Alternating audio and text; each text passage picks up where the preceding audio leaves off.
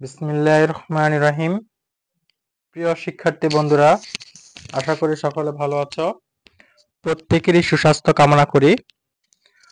আজকে তোমাদের মাঝে নতুন একটি লেকচার নিয়ে আমি হাজির হয়েছি। আজকে আমরা শিখব যেই বুলিয়ান অ্যালজেব্রার যে কিছু মৌলিক উপপাদ্য রয়েছে, সেটা হচ্ছে লজিক্যাল অর গেটের জন্য, লজিক্যাল অ্যান্ড গেটের জন্য এবং লজিক্যাল নট গেটের জন্য কিছু সূত্র। তাহলে প্রিয় শিক্ষার্থী বন্ধুরা, তাহলে শুরু করা যাক। আমরা সূত্রগুলো এখন লিখব। লজিক্যাল অর মানে হচ্ছে যে যৌক্তিক যোগ, লজিক্যাল অ্যান্ড মানে হচ্ছে যৌক্তিক গুণ, লজিক্যাল নট মানে হচ্ছে যৌক্তিক পূরক। এখন আমরা দেখব লজিক্যাল অর এর জন্য যে ইকুয়েশন বা যে সূত্রগুলো রয়েছে সেটা। যেমন লজিক্যাল অর এর ক্ষেত্রে a plus 0 equal to a হয়। সেম ভাবে a প্লাস 1 ইকুয়াল টু 1 লিখবো, এখানে 1 হবে। আবার a plus a equal to আমরা লিখবো a। আর আরেকটি সূত্র রয়েছে যেটা হচ্ছে a plus a complement equal to আমরা লিখবো 1। সেম ভাবে লজিক্যাল অর এর জন্য আমরা লিখবো, লজিক্যাল অর লিখলাম, লজিক্যাল অ্যান্ড এর জন্য লিখবো a ডট a ইকুয়াল লিখবো a। তারপরে আমরা লিখবো a ডট 1 ইকুয়াল লিখবো a। এরপর আরেকটি লিখবো a ডট 0 ইকুয়াল লিখবো 0। a ডট a নট বা a কমপ্লিমেন্ট ইকুয়াল টু লিখবো 0।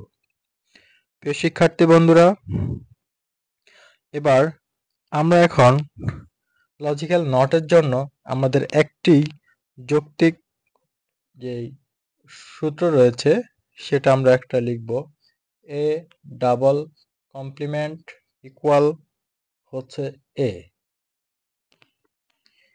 এই মৌলিক উপপাদ্যগুলো দিয়ে আমরা আমাদের বুলিয়ান অ্যালজেব্রায় কিছু সরল অঙ্ক রয়েছে, সেই সরলীকরণগুলো আমরা করব। তাহলে এই লজিক্যাল অরের এই সূত্রগুলোর ছোট্ট একটি প্রমাণ তোমাদেরকে আমি দেখাই যে এটা কিভাবে প্রমাণ হয়। আমরা কিভাবে বুঝবো a plus a not equal এখানে আমাদের হয়েছে 1। এটা প্রমাণ করার জন্য আমরা এখন দেখব, অর্থাৎ এই সূত্রের প্রমাণ দেখব। আমরা যদি a ইকুয়াল টু এখানে 1 ধরি, তাহলে আমরা লিখব 1 প্লাস 1। এখানে যখন a নট 1 হবে তখন a নট এর মান এখানে আমরা লিখব যে 0। তাহলে এটা 0 হয়ে যাবে।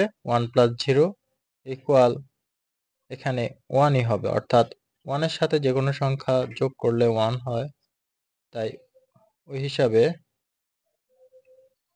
আমরা লিখব এখানে 1। আবার আমরা যদি 0 ধরে অঙ্কটি করার চেষ্টা করি তাহলে দেখব 0 ধরলে তাহলে এর পরিবর্তে আমরা 0 বসাবো, আর এখানে 0 কমপ্লিমেন্ট হয়ে গেলে হয়ে যাবে 1। তাহলে আলটিমেটলি আমাদের 1ই আসে। প্রিয় শিক্ষার্থী বন্ধুরা, আশা করি তোমরা এটার সূত্রের যে ব্যাখ্যাটুকু বুঝতে পারছো। এভাবে প্রত্যেকটি সূত্রেরই নির্দিষ্ট পরিমাণ ব্যাখ্যা রয়েছে। তাহলে আজকে আমাদের লেকচারে আমরা জাস্ট সূত্রগুলোর সাথে পরিচিত হলাম। আর কয়েকটি বুলিয়ান সূত্র রয়েছে বুলিয়ান অ্যালজেব্রার, সেগুলো আমরা নেক্সট ভিডিওতে দেখব এবং অঙ্ক করতে করতে আমরা শিখব। আজকে আমাদের লেকচারটুকু এই পর্যন্তই। আশা করি সকলে বুঝতে পারছো। Thank you এভরিঅল।